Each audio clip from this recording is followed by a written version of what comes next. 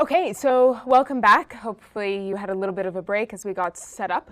So in this next lecture on deep generative modeling, we're going to be talking about a very powerful concept, building systems that not only look for patterns in existing data, but can actually go a step beyond this to actually generate brand new data instances based on those learned patterns. And this is an idea that's different from what we've been exploring so far in the first 3 lectures. And this area of generative modeling is a particular field within deep learning that's enjoying a lot of success, a lot of attention and interest right now. And I'm eager to see how it continues to develop in the coming years. OK, let's get into it. So to start, take a look at these 3 images, these 3 faces. And I want you all to think about which face of these 3 you think is real. Unfortunately, I can't see the chat right now as I'm lecturing, but please, mentally or submit your answers. I think they may be coming in. OK, mentally think about it. The punchline, which I'll give to you right now for the sake of time, is in fact that all 3 of these faces are in fact fake. They were completely generated, as you may or may not have guessed, by a generative model trained on data sets of human faces. So this shows the power and maybe inspires some caution about the impact that generative modeling could have in our world. All right, so to get into the technical bit, so far in this course, we've been primarily looking at what we call problems of supervised learning, meaning that we're given data and we're given some labels, for example, a class label or a numerical value, and we want to learn some function that maps the data to those labels. And this is a course on deep learning, so we've been largely concerned about building neural network models that can learn this functional mapping. But at its core, that function that is performing this mapping could really be anything. Today, we're going to step beyond this from the class of supervised learning problems to now consider problems in the domain of unsupervised learning. And it's a brand new class of problems. And here, in this setting, we're simply given data X, right? And we're not necessarily given labels associated with each of those individual data instances. And our goal now is to build a machine learning model that can take that raw data and learn what is the underlying structure, the hidden and underlying structure that defines the distribution of this data. So you may have seen some examples of unsupervised learning in the setting of traditional machine learning. For example, clustering algorithms or principal component analysis, for example. These are all unsupervised methods. But today we're going to get into using deep generative models as an example of unsupervised learning, where our goal is to take some data samples from our training set, and those samples are going to be drawn from some general data distribution, right? Our task is to learn a model that is capturing some representation of that distribution. And we can do this in 2 main ways. The first is what is called density estimation, where we're given our samples, our data samples, right? They're going to fall according to some probability distribution. And our task is to learn an approximation of what the function of that probability distribution could be. The second class of problems is in sample generation. We're now given some input samples, right, from, again, some data distribution. We're going to try to learn a model of that data distribution, and then use that process to actually now generate new instances, new samples that hopefully fall in line with what the true data distribution is. And in both of these cases, our task overall is actually fundamentally the same.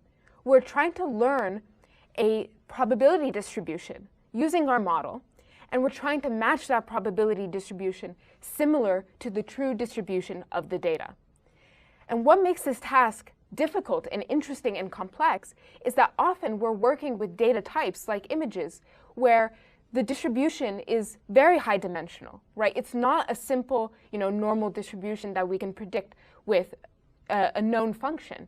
And that's why using neural networks for this task is so powerful, because we can learn these extraordinarily complex functional mappings and estimates of these high dimensional data distributions. Okay, so why care about generative models? What could some applications be? Well, first of all, they're because they're modeling this probability distribution, they're actually capable of learning and uncovering what could be the underlying features in a data set in a completely unsupervised manner. And where this could be useful is in applications where maybe we want to understand more about what data distributions look like in a setting where our model is being applied for some downstream task. So for example, in facial detection, we could be given a data set of many, many different faces. And starting off, we may not know the exact distribution of these faces with respect to features like skin tone or hair or illumination or occlusions, so on and so forth. And our training data that we use to build a model may actually be very homogeneous, very uniform with respect to these features. And we could want to be able to determine and uncover whether or not this actually is the case before we deploy a facial detection model in the real world.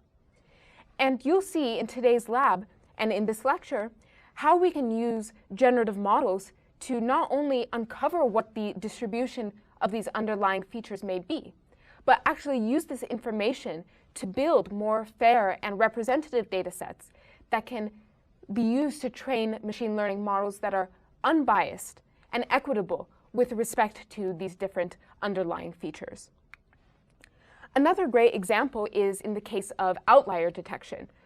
For example, when in the context of autonomous driving, and you want to detect rare events that may not be very well represented in the data, but are very important for your model to be able to handle and effectively deal with when deployed. And so generative models can be used to, again, estimate these probability distributions and identify those instances, for example, in the context of driving, when a pedestrian walks in or there's a really strange event, like a deer walking onto the road or something like that, and be able to effectively handle and deal with these outliers in the data. Today, we're going to focus on two principal classes of generative models, the first being autoencoders, specifically autoencoders and variational autoencoders, and the second being an architecture called generative adversarial networks, or GANs. And both of these are what we like to call latent variable models. And I just threw out this term of latent variable, but I didn't actually tell you what a latent variable actually means. And the example that I love to use to illustrate the concept of a latent variable comes from this story from the work of Plato, Plato's Republic. And this story is known as the myth of the cave. And in this legend, there's a group of prisoners who are being held imprisoned, and they're constrained as part of their punishment to face a wall and just stare at this wall, observe it. And the only things they can actually see are shadows of objects that are behind their heads, right? So these are their observations, right? They're not seeing the actual entities, the physical objects that are casting these shadows in front of them. And so to their perspective, these shadows are the observed variables. But in truth, there are physical objects directly behind them that are casting these shadows onto the wall. And so those objects here are like latent variables, right? They're the underlying variables that are governing some behavior, but that we cannot directly observe. We only see what's in front of us. They're the true explanatory factors that are resulting in some behavior. And our goal in generative modeling is to find ways to actually learn what these true explanatory factors, these underlying latent variables, can be, using only observations, right? Only given the observed data. Okay, so we're going to start by discussing a very simple generative model that tries to do this. And the idea behind this model, called autoencoders, is to build some encoding of the input and try to reconstruct an input directly. And to take a look at the way that the autoencoder works, it functions very similarly to some of the architectures that we've seen in the prior 3 lectures. We take as input raw data, pass it through some series of deep neural network layers, and now our output is directly a low-dimensional latent space, a feature space which we call Z. And this is the actual representation, the actual variables that we're trying to predict in training this type of network. So I encourage you to think about, in considering this type of architecture, why we would care about trying to enforce a low-dimensional set of variables Z. Why is this important? The fact is that we are able to effectively build a compression of the data by moving from the high-dimensional input space to this lower-dimensional latent space. And we're able to get a very compact and hopefully meaningful representation of the input data. Okay, so how can we actually do this, right? If our goal is to predict this vector z, we don't have any sort of labels for what these variables z could actually be. They're underlying, they're hidden, we can't directly observe them. How can we train a network like this? Because we don't have training data, what we can do is use our input data maximally to our advantage by complementing this encoding with a decoder network that now takes that latent representation, that lower dimensional set of variables, and goes up from it, builds up from it to try to learn a reconstruction of the original input image. And here, the reconstructed output is what we call x hat, because it's an imperfect reconstruction of the original data. And we can train this network end-to-end by looking at our reconstructed output, looking at our input, and simply trying to minimize the distance between them, right?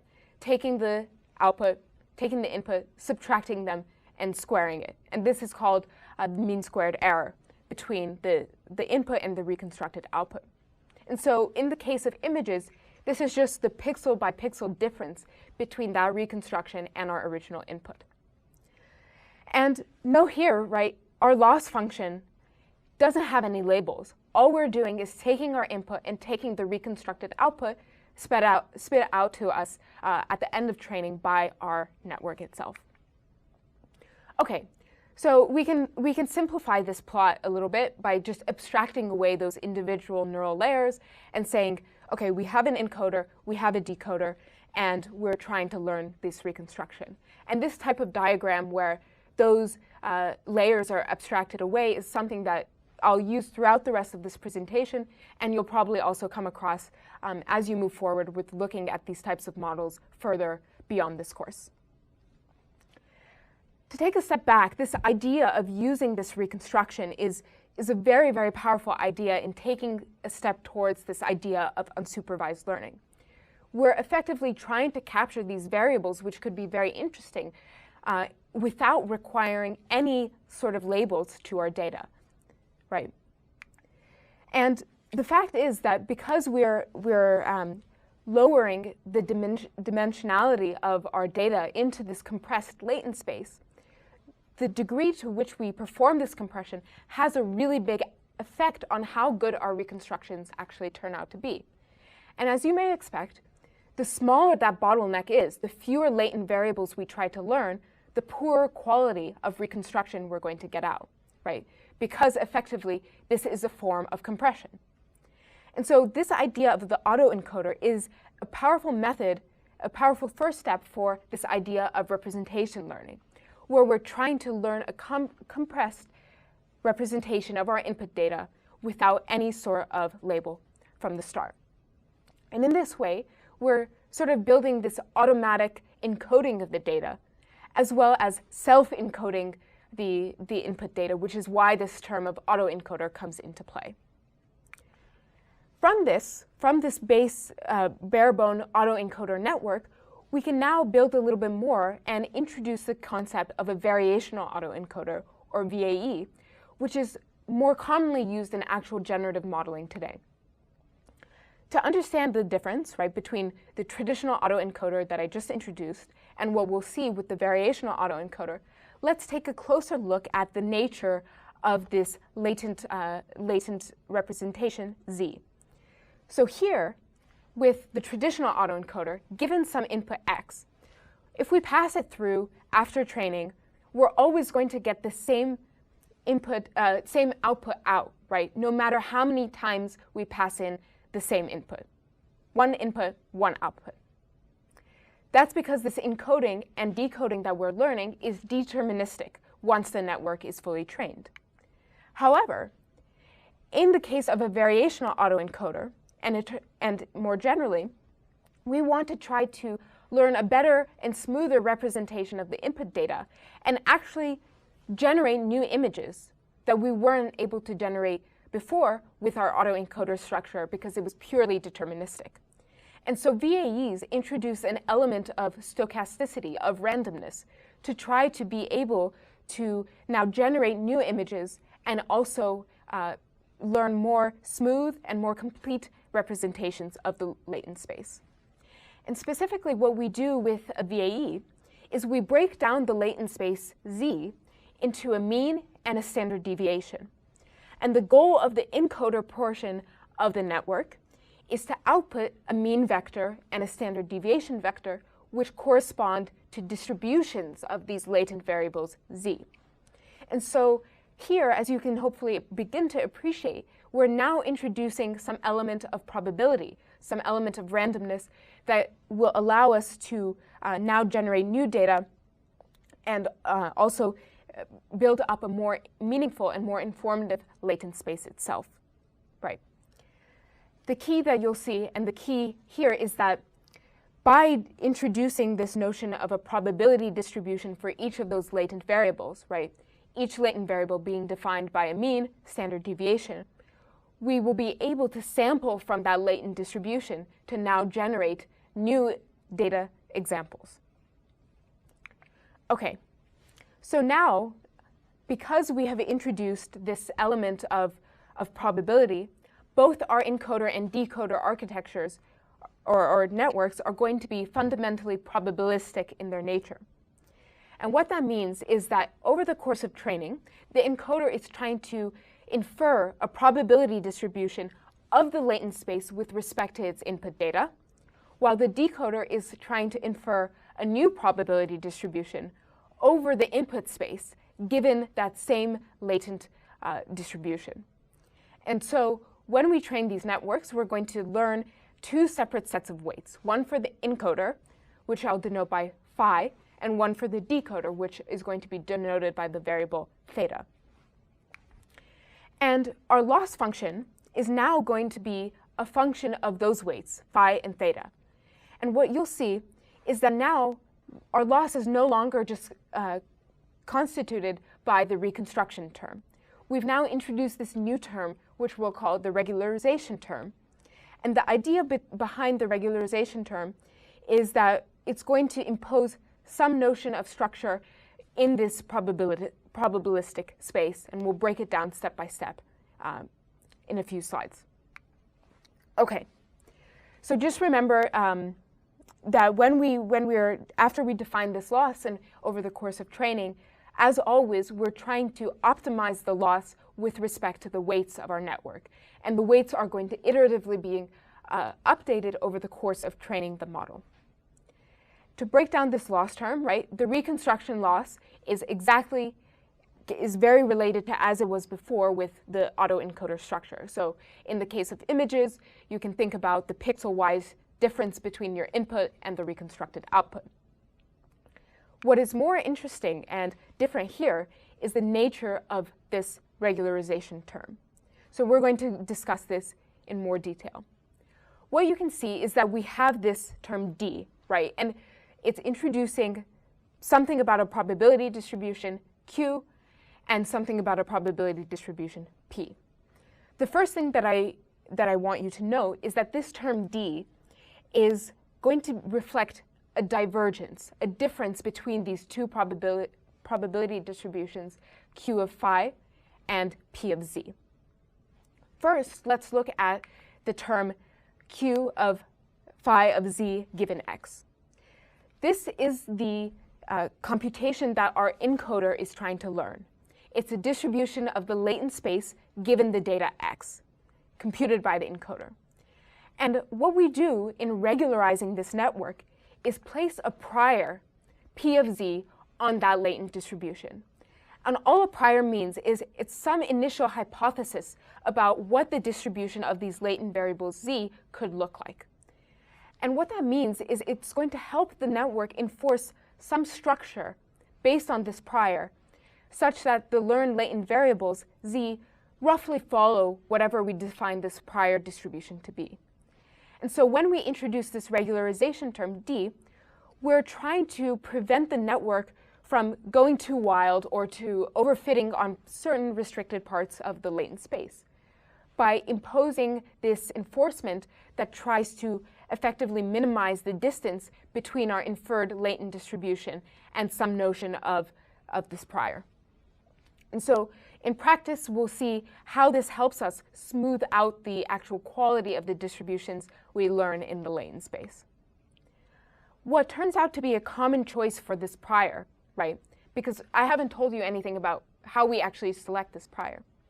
In the case of variational autoencoders, a common choice for the prior is a normal Gaussian distribution, meaning that it is centered with a mean of 0 and has a standard deviation and variance of 1.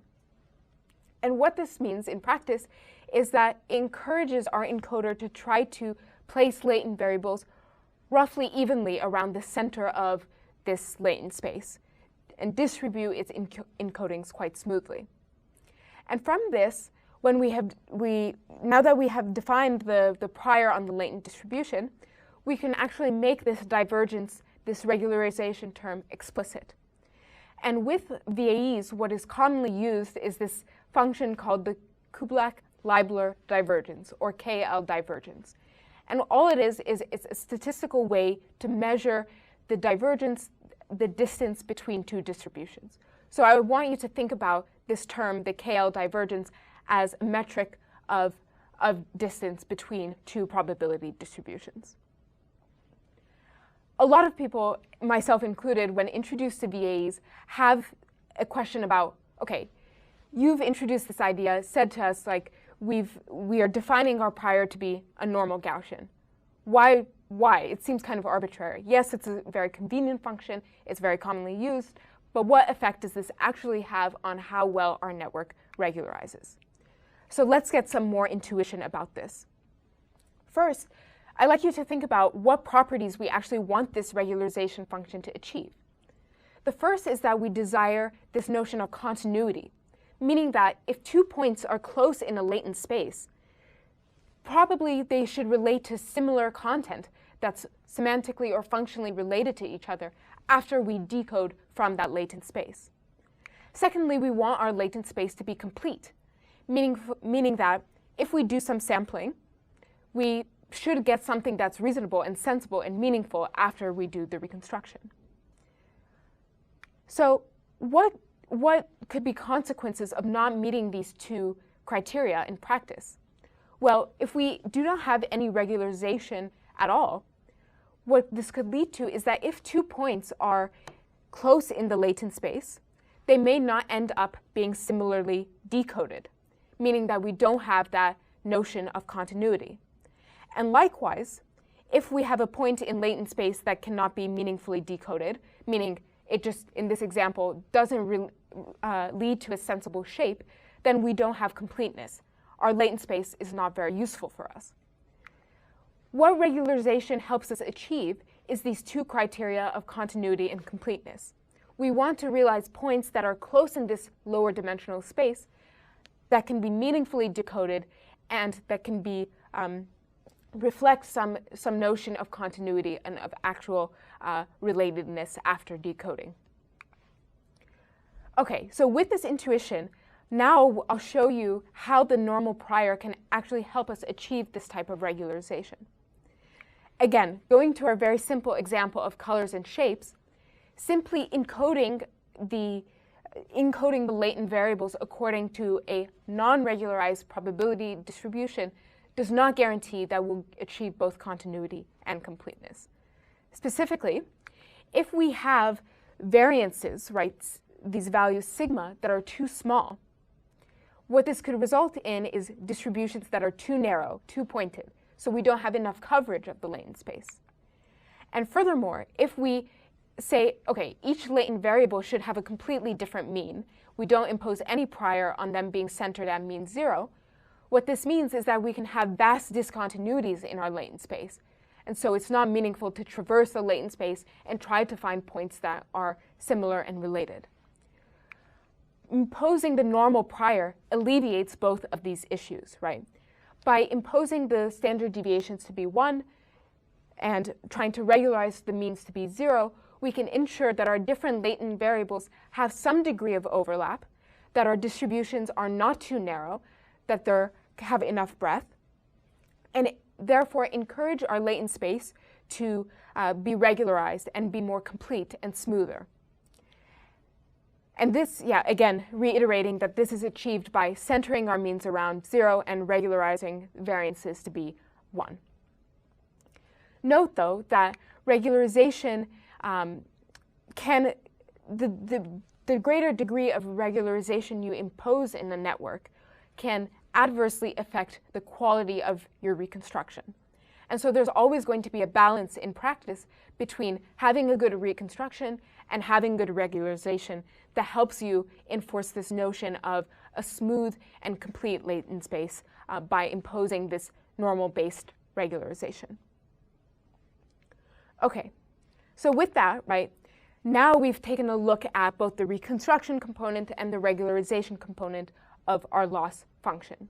And we've talked about how both these encoder and the decoder are inferring and computing a probability distribution over their respective learning tasks. But one key step that we're missing, I'll just go back a bit, sorry. That was my error. Okay. One key step that we're missing is how we actually, in practice, can train this network end-to-end.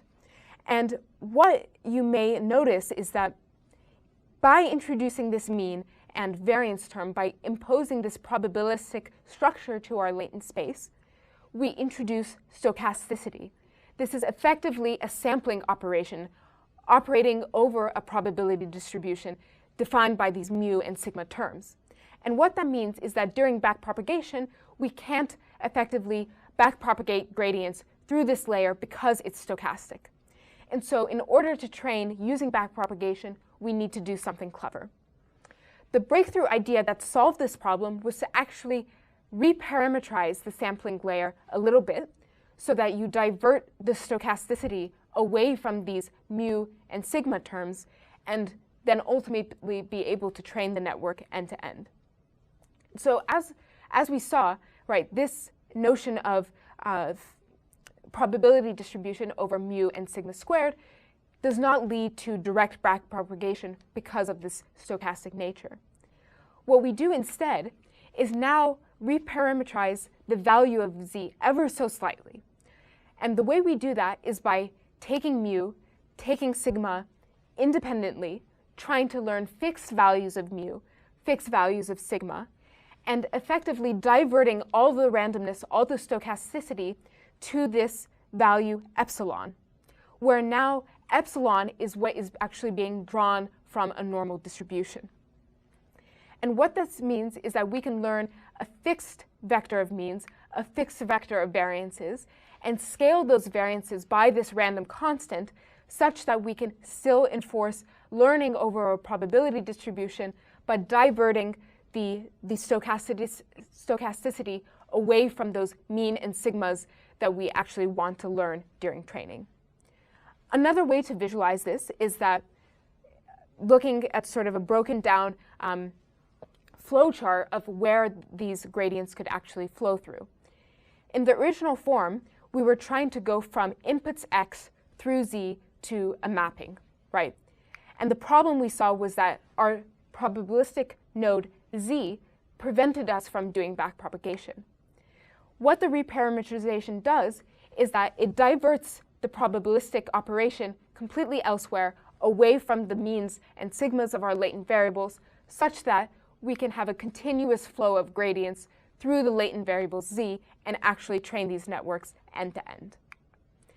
And what is super, super cool about VAEs is that because we have this notion of probability and of these distributions over the latent variables, we can sample from our latent space and actually perturb and tune the values of individual latent variables, keeping everything else fixed, and generate data samples that are perturbed with a single feature or a single latent variable.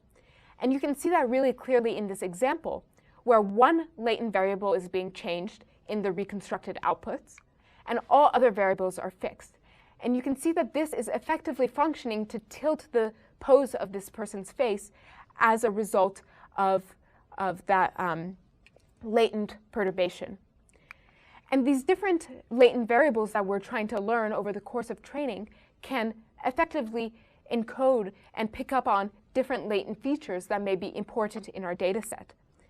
And ideally, our goal is we want to try to maximize the information that we're picking up on through these latent variables, such that one latent variable is picking up on some feature and another is picking up on a disentangled or separate and uncorrelated feature.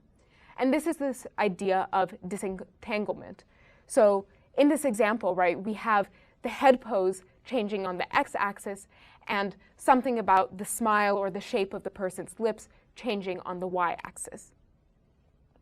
The way we can actually achieve and enforce this disentanglement in process is actually fairly straightforward. And so if you take a look at the standard loss function for a VAE, again, we have this reconstruction term, a regularization term. And with an architecture called beta VAEs, all they do is introduce this hyperparameter, this different parameter beta, that effectively controls the strength of how strictly we are regularizing.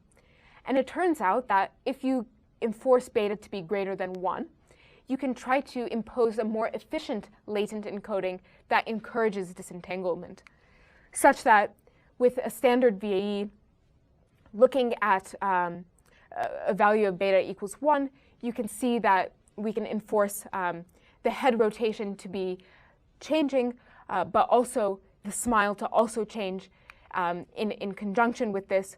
Whereas now, if we look at a beta VAE with a much higher value of beta, hopefully it's subtle, but you can appreciate that the smile, the shape of the lips is staying relatively the same, while only the head pose, the rotation of the head, is changing as a function of latent variable perturbation. Okay, so I introduced at the beginning a potential use case of generative models in terms of trying to create more fair and debiased machine learning models for deployment. And what you will explore in today's lab is practicing this very idea. And it turns out that by using a latent variable model like a VAE, because we're training these networks in a completely unsupervised fashion, we can pick up automatically on the important and underlying latent variables in a data set, such that we can build estimates of the distributions of our data with respect to important features like skin tone, pose, illumination, head rotation, so on and so forth. And what this actually allows us to do is to take this information and go one step forward by using these distributions of these latent features to actually adjust and refine our data set actively during training in order to create a more representative and unbiased data set that will result in a more unbiased model. And so this is the idea that you're going to explore really in depth in today's lab. Okay, so to summarize our key points on variational autoencoders, they use a compressed representation of the world to return something that's interpretable in terms of the latent features they're picking up on. They allow for completely unsupervised learning via this reconstruction. We employ the reparameterization trick to actually train these architectures end-to-end via backpropagation. We can interpret latent variables using a perturbation function and also sample from our latent space to actively generate new data samples that have never been seen before. Okay, that being said, the key problem of variational autoencoders is a concern of density estimation, trying to estimate the probability distributions of these latent variables, z. What if we want to ignore that or pay less attention to it and focus on the generation of high-quality new samples as our output? For that, we're going to turn and transition to a new type of generative model called GANs, where the goal here is really we don't want to explicitly model the probability density or distribution of our data. We want to care about this implicitly, but use this information mostly to sample really, really realistic and really new instances of data that match our input distribution, right? The problem here is that our input data is incredibly complex, and it's very, very difficult to go from something so complex and try to generate new realistic samples directly.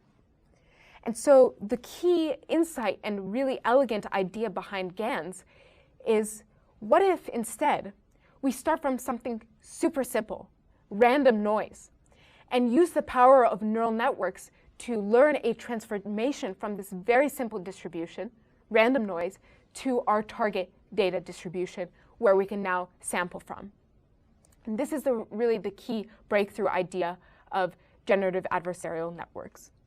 And the way that GANs do this is by actually creating an overall generative model by having two individual neural networks that are effectively adversaries. They're competing with each other.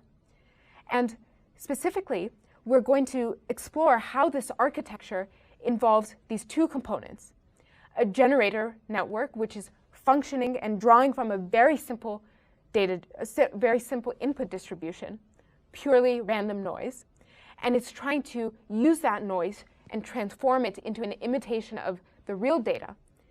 And conversely, we have this adversary network and discriminator, which is going to take samples generated by the generator, entirely fake samples, and is going to predict whether those samples are real or whether they're fake. And we're going to set up a competition between these two networks such that we can try to force the discriminator to classify real and fake data, and to force the generator to produce better and better fake data to try to fool the discriminator. And to show you how this works, we're going to go through one of my absolute favorite illustrations of this class and build up the intuition behind GANs. So we're going to start really simply, right? We're going to have data that's just one-dimensional points on a line. And we begin by feeding the generator completely a random noise from this one-dimensional space, producing some fake data, right? The discriminator is then going to see these points together with some real examples, and its task is going to be to try to output a probability that the data it sees are real or if they're fake. And initially, when it starts out, right, the discriminator is not trained at all, so its predictions may not be very good. But then over the course of training, the idea is that we can build up the probability of what is real versus decreasing the probability of what is fake. Now that we've trained our discriminator, right, until we've achieved this point where we get perfect separation between what is real and what is fake, we can go back to the generator. And the generator is now going to see some examples of real data, and as a result of this, it's going to start moving the fake examples closer to the real data, increasingly moving them closer, such that now the discriminator comes back, receives these new points, and it's going to estimate these probabilities that each point is real, and then iteratively learn to decrease the probability of the fake points. And now we can continue to adjust the probabilities until eventually we repeat again, go back to the generator, and one last time, the generator is going to start moving these fake points closer to the real data, and increasingly, iteratively closer and closer, such that these fake examples are almost identical, following the distribution of the real data, such that now, at this point, at the end of training, it's going to be very, very hard for the discriminator to effectively distinguish what is real, what is fake, while the generator is going to continue to try to improve the quality of its samples that it's generating in order to fool the discriminator. So this is really the intuition behind how these two components of a GAN are effectively competing with each other to try to maximize the quality of these fake instances that the generator is spitting out. Okay, so now translating that intuition back to our architecture. We have our generator network. It's synthesizing fake data instances to try to fool the discriminator. The discriminator is going to try to identify the synthesized instances, the fake examples, from the real data. And the way we train GANs is by formulating an objective, a loss function that's known as an adversarial objective. And overall, our goal is for our generator to exactly reproduce the true data distribution. That would be the optimum solution. But of course, in practice, it's very difficult to try to actually achieve this global optimum. But we'll take a closer look at how this loss function works. The loss function, while at first glance, right, may look a little daunting and scary, it actually boils down to concepts that we've already introduced. We're first considering here the objective for the discriminator network D. And the goal here is that we're trying to maximize the probability of the discriminator of identifying fake data here as fake and real data as real. And this term, comprising a loss over the fake data and the real data, is effectively a cross-entropy loss between the true distribution and the distribution generated by the generator network. And our goal as the discriminator is to maximize this objective overall. Conversely, for our generator, we still have the same overall component, this cross-entropy type term, within our loss, but now we're trying to minimize this objective from the perspective of the generator. And because the generator cannot directly access the true data distribution d of x, its focus is on minimizing the distribution and loss term d of g of z, which is effectively minimizing the probability that its generated data is identified as fake. And so this is our goal for the generator.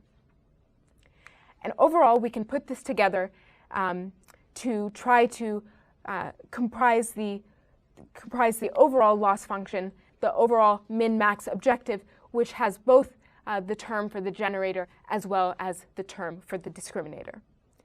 Now, after we've trained our network, our goal is to really use the generator network once it's fully trained, focusing in on that, and sample from it to create new data instances that have never been seen before. And when we look at the trained generator, right, the way it's synthesizing these new data instances is effectively going from a distribution of completely random Gaussian noise and learning a function that maps a transformation from that Gaussian noise towards a target data distribution. Right, and this mapping, this approximation, is what the generator is learning over the course of training itself. And so if we consider one point, right, in this distribution, one point in the noise distribution is going to lead to one point in the target distribution. And similarly, now if we consider an independent point, that independent point is going to produce a new instance in the target distribution, falling somewhere else on this data manifold. And what is super, super cool and interesting is that we can actually interpolate and traverse in the noise space to then interpolate and traverse in the target data distribution space. And you can see the result of this interpolation, this traversal in practice, where in these examples we've transformed this image of a black goose or a black swan on the left to a robin on the right, simply by traversing this input data manifold to result in a traversal in the target data manifold. And this idea of domain transformation and traversal in these complex data manifolds leads us to discuss and consider why GANs are such a powerful architecture and what some examples of their generated data actually can look like. And so one idea that has been very effective in the practice of building GANs that can synthesize very realistic examples is this idea of progressive growing. And the idea here is to effectively add layers to each of the generator and discriminator as a function of training, such that you can iteratively build up more and more detailed image generations as a result of the progression of training. So you start, with a very simple model, and the outputs as a result of this are going to have very low spatial resolution. But if you iteratively add more and more network layers, you can improve the quality and the spatial resolution of the generated images. And this helps also speed up training and result in more stable training as well. And so here are some examples of GAN architecture using this progressive growing idea. And you can see the realism, the photorealism of these generated outputs. Another very interesting advancement was in this idea of style transfer. This has been enabled by some fundamental architecture improvements in the network itself, which we're not going to go into too detail about. But the idea here is that we're going to actually be able to build up a progressive growing GAN that can also transfer styles, so features and effects from one series of images onto a series of target images. And so you can see that example here, where on one axis we have target images, and on the other axis, the horizontal axis, is the style, captures the style of image that we want to transfer onto our target. And the result of such an architecture is really remarkable, where you can see now the input target has effectively been transformed in the style of those source images that we want to draw features from. And as you may have guessed, the images that I showed you at the beginning of the lecture were generated by one of these types of GAN architectures. And these results are very, very striking in terms of how realistic these images look. You can also clearly extend it to other domains and other examples. And I will note that while I have focused largely on image data in this lecture, this general idea of generative modeling applies to other data modalities as well. And in fact, many of the more recent and exciting applications of generative models are in moving these types of architectures to new data modalities and new domains to formulate design problems for a variety of application areas. Okay, so one final series of architecture improvements that I'll briefly touch on is this idea of trying to impose some more structure on the outputs itself and control a little bit better about what these outputs actually look like.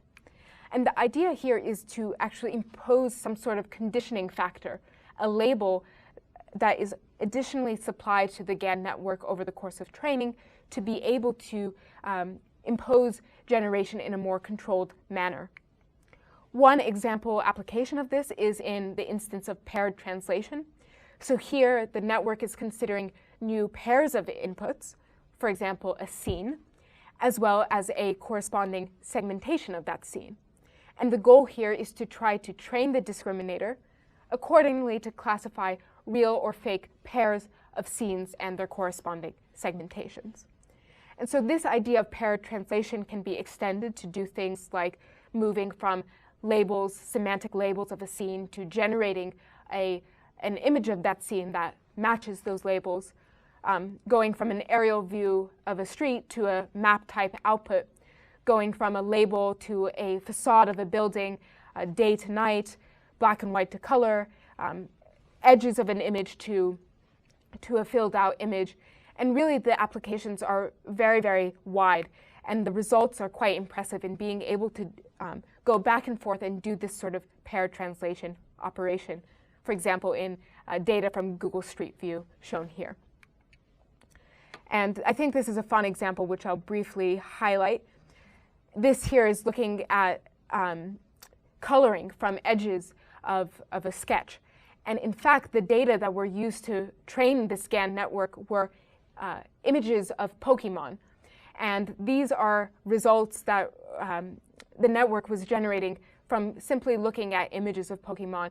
You can see that that training can actually extend to other types of artwork instances beyond the Pokemon example shown here. Okay, that just replace the, okay. The final thing that I'm going to introduce and touch on when it comes to GAN architectures is this cool idea of completely unpaired image-to-image translation. And our goal here is to learn a transformation across domains with completely unpaired data.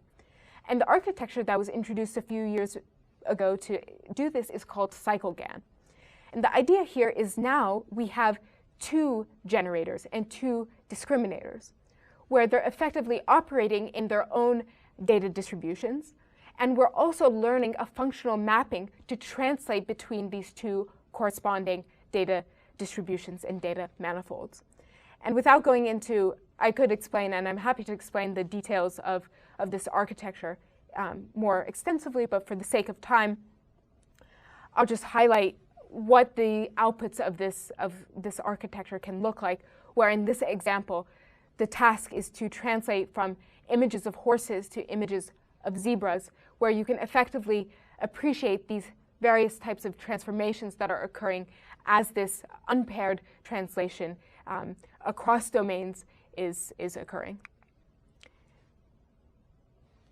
Okay, the reason why I highlighted this example is I think that the CycleGAN highlights this idea, this concept of GANs being very, very powerful distribution transformers, where the original example we introduced was going from Gaussian noise to some target data manifold.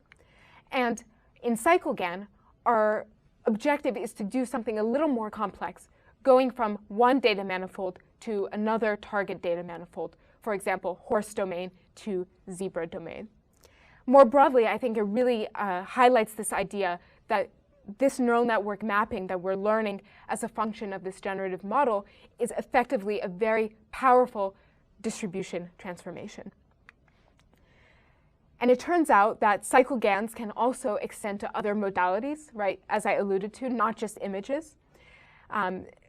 We can effectively look at audio and sequence waveforms to transform speech by taking an audio waveform, converting it into a spectrogram, and then doing that same image-based domain translation, domain transformation learned by the CycleGAN to translate and transform speech in one domain to speech in another domain. And you may be thinking ahead, but this turns out that this was the exact approach that we used to synthesize the audio of Obama's voice that Alexander showed at the start of the first lecture. We used a CycleGAN architecture to take Alexander's audio in his voice and convert that audio into a spectrogram waveform, and then use the CycleGAN to translate and transform the spectrogram waveform from his audio domain to that of Obama. So to remind you, I'll just play this output. Everybody, and welcome to MIT 6S191, the official introductory course on deep learning taught here at MIT.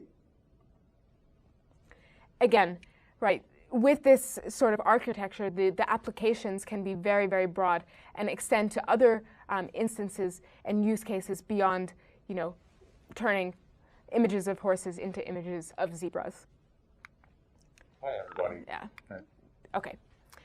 All right, so that concludes the core of this lecture and the core technical lectures for today. In this lecture in particular, we touched on these two key generative models, variational autoencoders and autoencoders, where we're looking to build up estimates of lower dimensional probabilistic latent spaces, and secondly, generative adversarial networks, where our goal is really to try to optimize our network to generate new data instances that closely mimic some target distribution. With that, we'll conclude today's lectures, and just a reminder about the lab portion of the course, which is going to follow immediately after this. We have the open office hours sessions in 10-250, where Alexander and I will be there in person, as well as virtually in GatherTown.